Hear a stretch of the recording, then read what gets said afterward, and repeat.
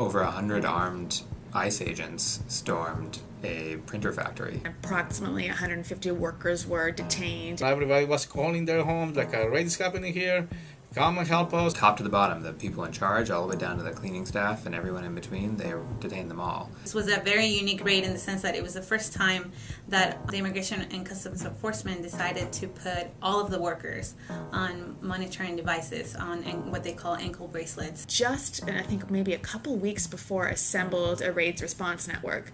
So when we got the call, we contacted the various members in our network and we sprung into action. They enlisted the help of a lot of private immigration attorneys and were able to arrange very quickly for attorney access to see these people. From the beginning it was very clear, and the workers were very, very outspoken about the fact that one of the most depressing things for them and one of the biggest issues of concern was the fact that they now had to wear this monitoring device that was a hardship on their lives, on their everyday lives. Because people were being ostracized from their homes, people saw the bracelets and thought they were sex offenders and various things.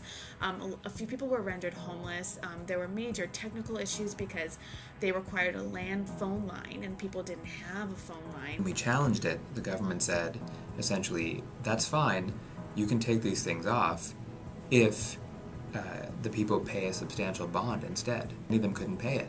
So it was really a situation where in order to function, in order to stay in their homes, to stay with their families, they needed just a little, what in other situations we might think of as just a little bit of money to allow them to show the court that they were going to appear for their proceedings. And this bond is basically give these people the right to the process.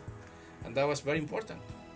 Very important because without this bond, a lot of people was going to be deported without any chances. For all of them, it allowed them to stay and seek a day in court to be able to see what remedies they had available to stay in this country, which a lot of them did. And since then, we've been fighting these removal cases. It's been, 2 years now, and everybody who wants to be here is still here. And we've won now 5 cases where there's been a finding that the government acted unlawfully in some way. They marched for May 1st as the Micro Solutions people. They were collecting money in May 1st. They were participating in many activities. For a lot of people, it's a small amount of money. It helps to ameliorate that. It really makes it so that those people can continue to pursue the American dream, which is what they're doing. That's why they're here.